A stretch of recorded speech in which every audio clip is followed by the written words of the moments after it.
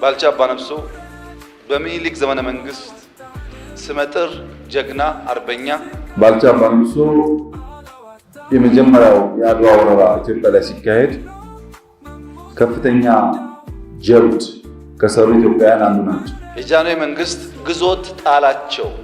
አድዋ ሄደው የተዋጉ ጀግና ድጋሚ ሲመጣ ሊያባብል ሲሞክር ባልቻ ዱርገሲ ጸቤ ከተፈሪ እንጂ ከኢትዮጵያ አይደለም። እኔ ጸቤ ከጃንሆይ እንጂ ከኢትዮጵያ አይደለም፣ ኢትዮጵያን ከሚወር ጋር አልቆምም ብለው በሁለተኛው ወረራ በስተርጅና ተዋግተው ሞቱ። ወርቁን ነገር ደግሞ እንዲህ እንደ ባልቻ እነ ባልቻን የሚናፍቀው ባልቻ ወደ አብይነት እኛን ማደግን እኛም እንደግ ወደዛ ኢትዮጵያ ማድረግ ያልቻለችው ይሄን ነው።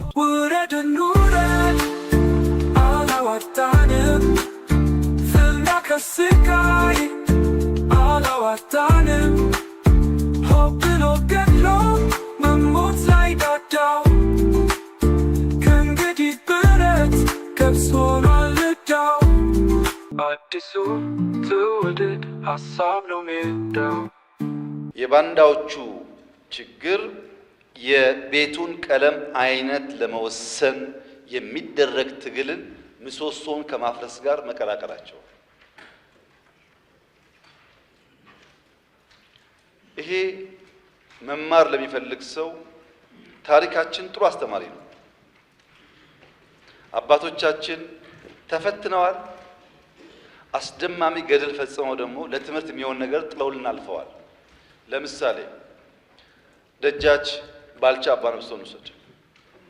ባልቻ አባነፍሶ በሚኒሊክ ዘመነ መንግስት ስመጥር ጀግና አርበኛ በአድዋ ድል ውስጥ ከፍተኛ ሚና የነበራቸው የጦር አዋጊ ናቸው። ጃንሆይ ሲመጡ አልተግባቡም። አሁን እኛ እንደማንግባባው አልተግባቡም። የጃንሆይ መንግስት ግዞት ጣላቸው። ከሲዳሞ ገዢነት አንስቶ ግዞት ጣላቸው፣ እስረኛ አደረጋቸው። በስተርጅና በግዞት ሳሉ ጣሊያን ድጋሚ መጣ።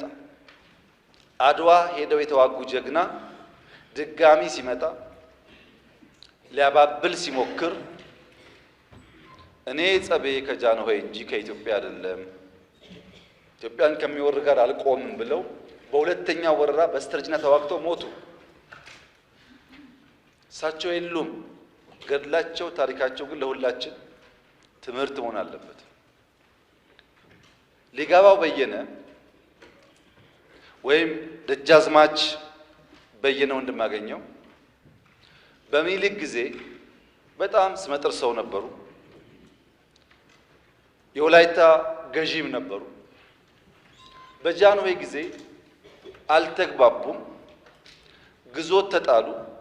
ግዞት መጣል ብቻ ሳይሆን አንዳንዴ አፍላፊ ተናግረዋል ተብለው በአለንጋም ተገረፉ። ያኝ ትልቅ ሰው ያኝ አርበኛ በግዞት ሳሉ ጣሊያን ሲመጣ እኔ ጸቤ ከጃንሆይ እንጂ ከኢትዮጵያ አይደለም ብለው ሁለተኛውን ጦርነት ሰሜን እየተዋጉ ነው የሞቱት። ለኛ መጽሐፍ አያስፈልገንም። አባቶቻችን ተገልጠው የሚነበቡ ገድል ሰሪዎች ናቸው። እነዚህ ጀግኖች ሀገራቸውን ያስቀደሙት እንደ ዛሬ የፖለቲካ ፓርቲ ኖሮ ግድ የለም ያኛው ፓርቲ ባይመቸኝ ከዚህኛው ጋር እታገላለሁ በሚል አይደለም። ፖለቲካ ፓርቲ ይባል የለም፣ ድፍን ነው፣ መንገዱም የለም። ግድ የለም በሚቀጥለው ምርጫ እወዳደራለሁ በግልም ቢሆን እስከ ምርጫ ልታገስ ለሀገሬ ብሎ እንዳይባል ምርጫ የሚባል ነገር የለም። ምርጫም ቢቀር ግድ የለም ኢንክሉሲቭ ናሽናል ዲያሎግ ስላለ በዛ ሐሳቤን የኔን ግሪቫንስ ኤራው ታደርጋለሁ ይናገራለሁ እንዳይሉ ውይይት የሚባል ነገር የለም። ግድ የለም ሚዲያ ሶሻል ሚዲያ እንዳይሉ ሚዲያ የለም። ብዙ አማራጭ የላቸው። ምርጫቸው ግን የኢትዮጵያ ህልውና፣ የኢትዮጵያ ኤግዚስተንስ፣ የኢትዮጵያ ምሰሶ ነው። አሁን ያሉ ሰዎች የበጎች ጸብ ለነብሩ እንደሚመች ነብሩ ሁል ጊዜ የሚፈልገው በጎችን አጋይቶ በዛ ግርግር ውስጥ መጠቀም መሆኑን መገንዘብ እስካልቻሉ ድረስ ጥፋት ይመጣል።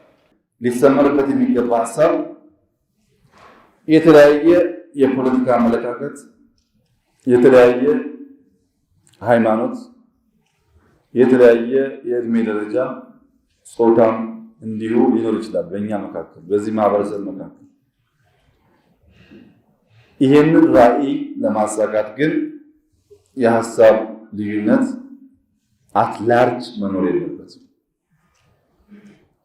ለዚህ እንደምሳሌ የማነሳው ባልቻ አባነብሶ ነው።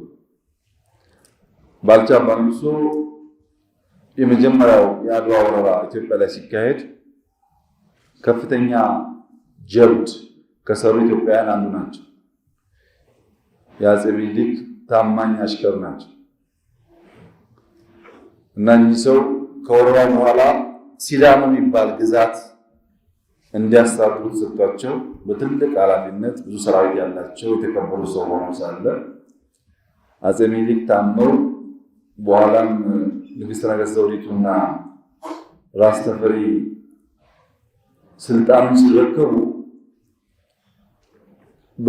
በራስ ተፈሪና በንግሥተ ነገሥት ዘውዲቱ መካከል ትንሽ ልዩነት ይፈጠራል። የፖለቲካ የፓወር ልዩነት። ራስ ተፈሪ የራስ መኮንን ልጅ ናቸው፣ ግን በቀጥታ ከምኒልክ ጋር እንደ ንግሥተ ነገሥት ዘውዲቱ አይተሳሰሩ። ባልቻ ደግሞ የሚኒሊክ ታማኝ አሽከር ናቸው። ስለዚህ ንግሥተ ነገሥት ዘውዲቱ መነካት በሕይወት ባይኖርም የጌታዬ መነካት ነው ብሎ ስላመኑ ከሲዳሞ ያላቸውን ጦር አሰልፈው ወደ አዲስ አበባ መጡ። የተፈሪን ኃይል ለማርገብና የንግሥተ ነገሥት ዘውዲቱን ኃይል ደግሞ ከፍ ለማድረግ ማለት ነው። እዚህ ሲደርሱ ተፈሪ ወጣት ነበሩ፣ ብዙ ደጋፊ አፍርተዋል። ቀላል አልነበረም እሳቸውን መምታትና አልተሳካላቸውም። በሺህ የሚቆጠር ሰራዊት አሰልፈው የመጡት ባልቻ ፕሮሰሱ ሰፊ ነው። መጨረሻ ግዞት ይጣላል። እዚህ ወሊሶ ሰው ናቸው። አቤል የምትባል ቀበሌ ውስጥ የተወለዱ በግዞት ተፈሪ ያስቀምጧቸው ያሁሉ ክብር ያሁሉ አጀብ ቀርቶ ብቻቸውን ሲኖሩ ለሁለተኛ ጊዜ ጣሊያን ወረራ ይመጣል። ራስ ተፈሪ ንጉሠ ነገሥት ሆነው ማለት ነው። ሲመጣ እነ ራስ ኃይሉ ከጎጃም በጣም ብዙ ሰዎች በግዞት ተጥለዋል። ያኔ ስመጥር የሆኑ ሰዎች ስልጣናቸውን ፓወራቸውን አጥተው ተጥለዋል። ልክ ጣሊያን ሲመጣ ብዙዎች ግዘተኞች ተፈሪን መበቀያ ጊዜ አገኘን ብለው ስላሰቡ በቀጥታ ከወራሪው ኃይል ጋር ተሰልፈዋል። ለምሳሌ ራስ ኃይሉ ልጆቹ መልሰው የጎጃም ገዢ ሆነው ከግዞት ተነስተው መልሰው የጎጃም ገዢ ሆነው በጎጃም የነበረውን የጸረ አርበኝነት ትግል ካዳከሙ ሰዎች አንዱ እሳቸው ናቸው። በጎጃም ሰፊ አርበኞች ነበሩ፣ በላይን ጨምሮ አንዱ እሳቸው ነበሩ። ባልቻ ግን ከዚህ ጸቤ ከተፈሪ እንጂ ከኢትዮጵያ አይደለም። እኔ በቁም እያለሁ ኢትዮጵያ በጣሊያን አትወረርም ብለው 300 የሚጠጋ ሚሊሻ ይዘው ወደ ጅማ የሚሻገረውን ጣሊያን ከፍተኛ ጉዳት አድርሰው በኋላም ሽምግልና ልከው ጣሊያን እጅ ይሰጣለሁ ብለው እሳቸው ሊረከቡ የሄዱ ሰላቶችን ማርከው ብዙ ጉዳት ካደረሱ በኋላ እየተዋጉ የሞቱ ጀግና ናቸው። ራስ ኃይሉ ሞተዋል፣ ባልቻም ሞተዋል። ነገር ግን የባልቻ አስተሳሰብና ድርጊት አሁን ከኔ ጋር ከእናንተ ጋር ይኖራል። ባልቻን ፍለጋ ያልኩትን ይሄን ነገሩን እንውረስ። ከአብይ ያልገባን ይሄ ነው። አስቀይመው ገፍተው ሊሆን ይችላል። ስትገፋ ግን እንዴት ነው የምትቆመው? ከዛ ከሀገር በተቃራኒ መቆማችን መሪው ማዲያታቸው እስኪወጣ እናንተን እኛን ፕሮቴክት ለማድረግ የከፈሉትን ዋጋ መርሳታችን መጥፎ ነው። ከዛ ደግሞ እንደ ሀገር መሻገር ያልቻልነው ቂም በቀል የሚባለውን ጉዳይ አሸንፈን መቆም አልቻልንም። ለዛም እናደርጋለን በቂም በእልህ በጥላቻ ወጥተን የተሰራልንን በሙሉ እናጥለሻለን። ሀገርም እንድትሸረሸር የከፋውን ገዳይነት ስንዘራ እንውላለን ማለት ነው። እንዲህ አደባባይ ላይ ያሉ እብለቶችን ደግሞ ሰዎቹን እነሱን ተከትለን ከፍ ወደ ማድረግ ሳይሆን ሀሳቡን በመመርመር ጥላቻቸውን በማጋለጥ ወርቁን ነገር ደግሞ እንዲህ እንደነ ባልቻን የሚናፍቀው ባልቻ ወደ አብይነት እኛን ማደግን እኛም እንደግ ወደዛ ኢትዮጵያ ማድረግ ያልቻለችው ይሄን ነው። የአብይ ሽጉጦች ብዬ ማነሳቸዋለሁ ወደፊት መሄደው መጽሐፉ ላይ እንዳልኳችሁ የታሪካዊ የማይነበር ከሰሜን ዕዝ ከመመታቱ 2 ሳምንት በፊት ከዛ ብሩተስ ደንዳአ ያልኳችሁ ጉዳይ አለ። ደጋግሜ የማነሳቸው ሌሎች ማሳያዎች ተጨባጭ ማሳያዎች አሉ፣ ሽጉጡን ጨምሮ ማለት ነው። 3 የአብይ ሽጉጦች የምላቸዋሉ የማይተኩሰው የማይስተው የማይገድለው የምለው 3 አደገኛ ሽጉጦች አሉና እነሱንም ጭምር እያየን እንዲሁም ይሄ ሁኔታ ስለተመቸኝ እያደመቅን መሄድ አለብን። አደባባዩ እጅግ በጣም በከፍተኛ ጥላቻ ተሞልቷል። ከባዱ ነገር ብርቁ ነገር ይሄንን ሲል የነበረው መሪ ከመሆኑ በፊት ይሄን ባልቻን የሚናፍቀው ሰውዬ አብይ አህመድ መወለድ ዛሬም እሱን ይዞ እዚህ መድረሱ እነዚህ ከሳሾቹን የተከላከለበትን ልክ በደንብ ስለማቅ ማለት ነው። እኛም ቢሆን የቆምነው እሱ በመኖሩ መሆኑን እናውቃለን።